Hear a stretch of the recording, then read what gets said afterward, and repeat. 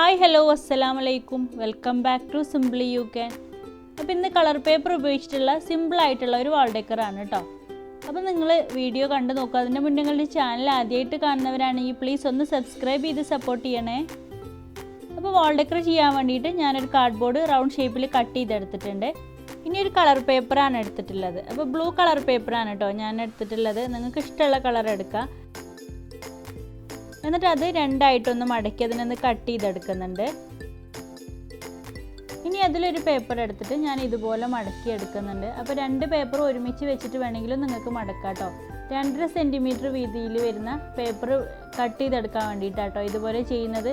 അല്ലെങ്കിൽ പിന്നെ പേപ്പറിന് 2.5 സെൻറ്റിമീറ്റർ വീതിയിൽ മാർക്ക് ചെയ്തിട്ട് കട്ട് ചെയ്തെടുക്കേണ്ടി വരും. പക്ഷേ അതിനേക്കാളും നമുക്ക് ഈസി ആയിട്ടുള്ളത് ഇതുപോലെ ഒരുമിച്ചാവുമ്പോൾ കുറച്ച് പേപ്പർ ഒരുമിച്ച് തന്നെ നമുക്ക് കട്ട് ചെയ്യാൻ പറ്റും. അപ്പോൾ അതാ ഞാൻ മടക്കിയിട്ടുണ്ട്. ഇനി എല്ലാം കൂടെ ഒരുമിച്ച് ഒന്ന് കട്ട് ചെയ്തെടുക്കുന്നുണ്ട്.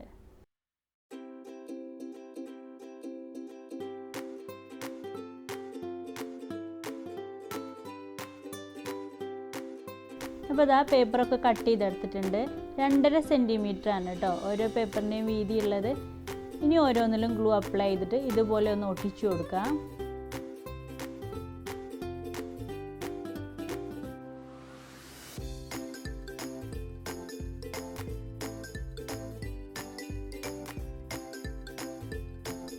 ഇതുപോലെ ബാക്കിയുള്ള പേപ്പറും കൂടെ ഒട്ടിച്ചെടുക്കാം. അപ്പോൾ ഞാൻ കുറച്ച് പേപ്പർ അങ്ങനെ ഒട്ടിച്ചെടുത്തിട്ടുണ്ട്. ഇനി ആ കാർഡ്ബോർഡിനെ ഒന്ന് കവർ ചെയ്തെടുക്കണം. അപ്പോൾ അതിന് ഞാനിവിടെ യെല്ലോ കളർ പേപ്പറാണ് കേട്ടോ എടുത്തിട്ടുള്ളത്. അപ്പോൾ ആ കാർഡ്ബോർഡിനേക്കാളും കുറച്ചുകൂടെ വലിയ സൈസിലോ റൗണ്ട് കട്ട് ചെയ്തെടുത്തിട്ടുണ്ട്. ഇനി അത് ആ കാർഡ്ബോർഡിലൊന്ന് ഒട്ടിച്ചു കൊടുക്കാം. അപ്പോൾ കാർഡ്ബോർഡിൽ നല്ല നീറ്റായിട്ട് ഒട്ടിക്കാൻ വേണ്ടിയിട്ട് അതിൻ്റെ സൈഡ് ഇതുപോലെ ഒന്ന് കട്ട് ചെയ്ത് കൊടുക്കുന്നുണ്ട്. എന്നിട്ട് ഗ്ലൂ അപ്ലൈ ചെയ്തിട്ട് ആ കട്ട് ചെയ്തിട്ടുള്ള ഭാഗം ആ കാർഡ്ബോർഡിൻ്റെ ബാക്ക് സൈഡൊക്കെയായിട്ട് ഒട്ടിച്ചു കൊടുത്താൽ മതി.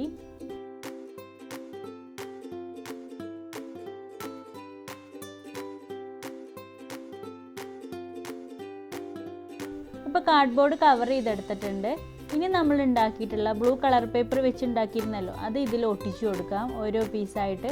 അപ്പോൾ കുറച്ചൊരു ഗ്യാപ്പ് വിട്ടിട്ട് നമ്മൾ ഓരോ പീസ് ഒട്ടിച്ചു കൊടുക്കാം കേട്ടോ. കാരണം നമുക്ക് സെക്കൻഡ് ലെയർ ഒട്ടിച്ചു കൊടുക്കാനുള്ളതാണ്. അപ്പോൾ ഫസ്റ്റ് ലെയർ ഇവിടെ മുഴുവനായിട്ടുണ്ട്. ഇനി അതുപോലെ തന്നെ സെക്കൻഡ് ലെയറും കൂടെ ഒന്ന് ഒട്ടിച്ചെടുക്കാം.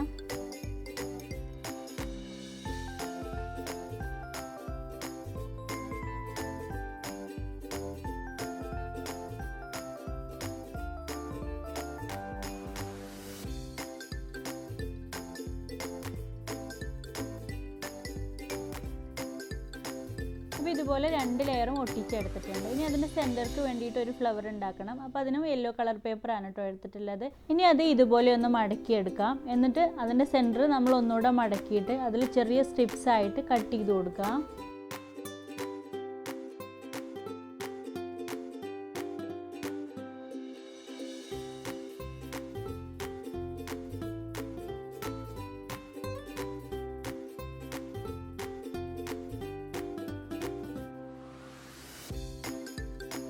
അപ്പോൾ ഇതാ ഇതുപോലെ ആ പേപ്പർ മുഴുവനായിട്ട് അങ്ങനെ കട്ട് ചെയ്തെടുത്തിട്ടുണ്ട്.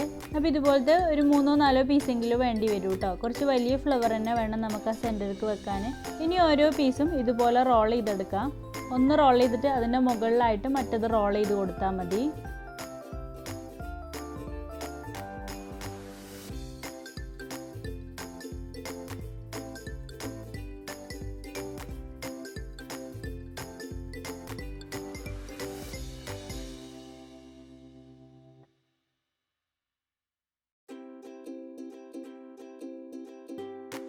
അപ്പോൾ ഇതാ ഇതുപോലെ റോൾ ചെയ്തെടുത്തിട്ടുണ്ട്.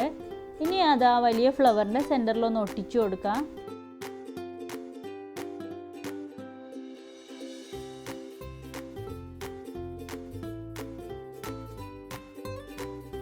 ഇനി ഇത് ഹാങ് ചെയ്തിടാൻ വേണ്ടിയിട്ട് അതിൻ്റെ ബാക്ക് സൈഡിലൊരു ജൂട്ട് ത്രെഡും കൂടെ ഒട്ടിച്ചു കൊടുക്കുന്നുണ്ട്.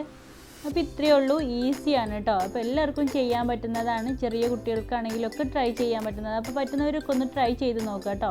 ട്രൈ ചെയ്ത് കണ്ട് പിക്ചേഴ്സൊക്കെ എനിക്ക് വാട്സപ്പ് വഴി സെൻഡ് ചെയ്ത് തന്നാൽ മതി. വാട്സപ്പ് നമ്പർ ഞാൻ കമൻറ്റ് ബോക്സിൽ പിൻ ചെയ്ത് കൊടുക്കുക. അപ്പോൾ നമ്മുടെ ചാനലിൽ ഇതുപോലത്തെ ഒരുപാട് പേപ്പർ ക്രാഫ്റ്റുകൾ ചെയ്തിട്ടുണ്ട്.